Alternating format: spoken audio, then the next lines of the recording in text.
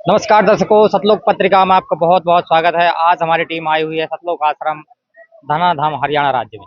दर्शकों, आज मेरे पीछे देख पा रहे हैं, यहाँ पे संत रामपाल जी महाराज का आज लास्ट दिन भंडारे का था और मेरे पीछे देख पा रहे हैं कई हजारों की संख्या में लोग यहाँ पर और यहाँ पे पार्क में बैठे हुए हैं। आखिरकार देख पा रहे हैं कि आप अंदाजा लगा सकते हैं कि यहाँ पे जो संत रामपाल जी महाराज का भी भंडारा आज लास्ट का दिन था, तो काफी भारी मात्रा में लोग यहाँ पर बैठे हुए हैं। आप जाहिर सी बात है कि इसमें जो भी जहाँ कहाँ से भी लोग आए हुए हैं, आखिरकार कुछ यहाँ पर लोग खड़े हैं, इनसे जानते हैं कि इस भंडारे को लेकर क्या कहेंगे, इनसे जानते हैं। हाँ, नमस्कार सर। नमस्कार। क्या नाम है आपका? संदीप दास। क्या नाम?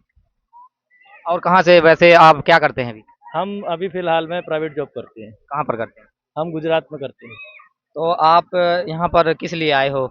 हम यहाँ पे परम संत सतगुरु रामपाल जी महाराज जी के भंडारे में आए हुए थे और यहाँ पे हमें पता चला कि परमात्मा कबीर साहब जी की प्रकट दिवस के उपलक्ष्य में यहाँ पे जो है भंडारा मनाया जा रहा है, तो उसके लिए हम आए हुए थे। सर, हम आपसे एक क्वेश्चन करना चाहते हैं। आखिरकार भारत समाज एक जयंती मनाती है, पर आप लोग प्रकट दिवस, ये क्या, इसका क्या रीजन है? ये ऐसा है कि जो प्रकट दिवस उनका मनाया जाता है जो प्रकट होते हैं। प्रकट होने का कहने का मतलब है जो कबीर साहब जी हैं, जो उनके बारे में जो भ्रांतियाँ थी, मनगढ़ंत कहानियाँ बनाई गई थी कि वो कहीं विधवा ब्राह्मणी के हैं या कैसे-कैसे करके उनके बारे में मनगढ़ंत कहानियाँ बनाई गई थी, झूठे नकली धर्म गुरुओं द्वारा, जिनको शास्त्रों का ज्ञान नहीं था। तो संत रामपाल जी महाराज जी ने हमें ये बताया है शास्त्रों के आधार से और पवित्र वेदों से प्रमाण निकाल के बताया है कि जो पूर्ण परमात्मा है, वो प्रकट होते हैं और प्रकट होके अपनी लीला जो है करते हैं।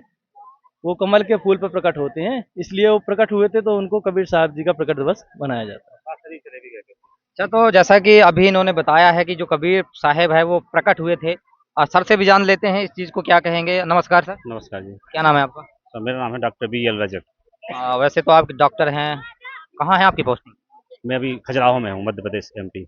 मध्य प्रदेश से हरियाणा राज्य में आना क्या कारण है?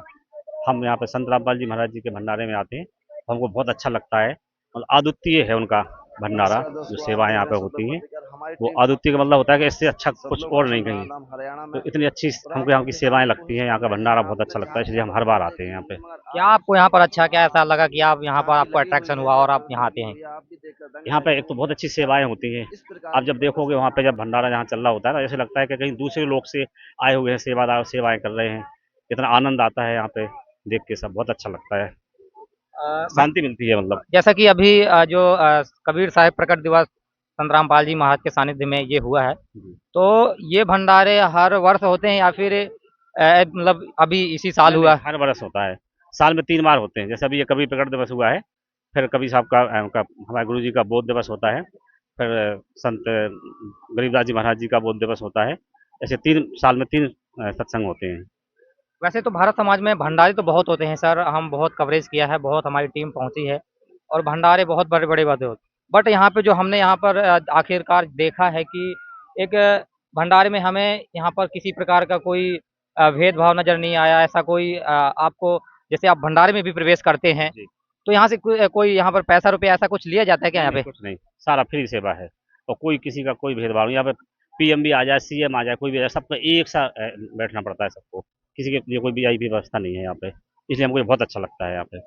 और यहाँ पे क्या-क्या व्यवस्था, यहाँ पर भंडारे में आपने क्या-क्या देखा और चीज़ें?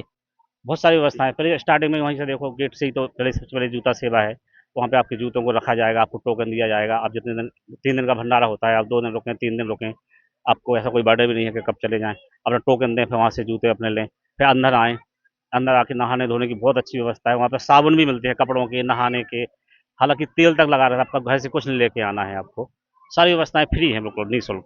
सर, हम एक बात ये भी जाना है यहाँ पे जो यहाँ पे धनाधाम आश्रम है, यहाँ पर नेत्र चिकित्सालय है और दांतों का चिकित्सालय है, तो क्या ये सच में हाँ, है क्या? हाँ, नहीं बिल्कुल सच में है। यहाँ पे दाँतों का भी कैंप लगा हुआ है, रक्तदान भी शिविर लगा हुआ है, नेत्र चिकित्सा का भी कैंप लगा हुआ है। वो फ्री होता है वहाँ पे जो भी सेवाएँ होती हैं, किसी से 1 रुपया नहीं लिया जाता है। जी, बहुत-बहुत धन्यवाद। हाँ, ठीक है जी, नमस्ते। तो दर्शकों, जैसा कि अभी इन्होंने बताया है कि यहाँ पे जो भी सुविधाएँ हैं और यहाँ पे जो व्यवस्थाएँ हैं, इस चीज़ को इन्होंने बताया है और भी आगे हम आपको अपडेट देंगे। अभी मेरे साथ एक और सर जुड़ चुके हैं, इनसे भी जानते हैं। नमस्कार सर। नमस्कार। क्या नाम है आपका?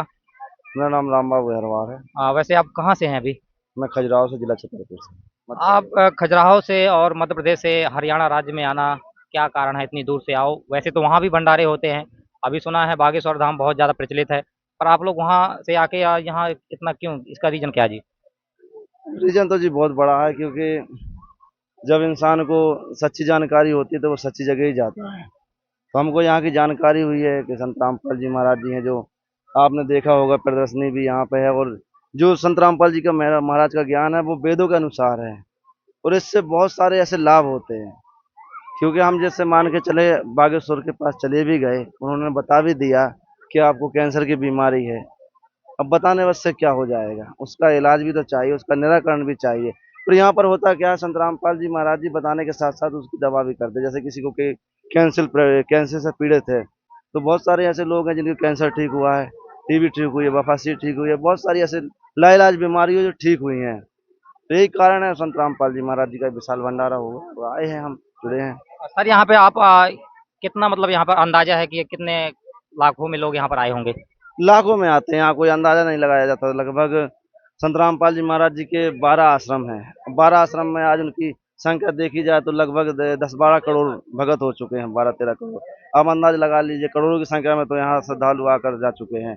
अभी भी यहाँ रुके हुए हैं लाखों की संख्या में। आप देखेंगे, कैमरा मैन से कहूँगा देखा, इस तरफ पार्क है जो अभी शाम का नज़ारा है, जो बाहर पंडाल से निकल कर जो भगत हैं वो अभी बैठे हुए हैं बाहर, और इससे दुगने चौगने पंडाल में बैठे हुए हैं अंदर। कुछ लोग भंडारा भी अंदर कर रहे हैं।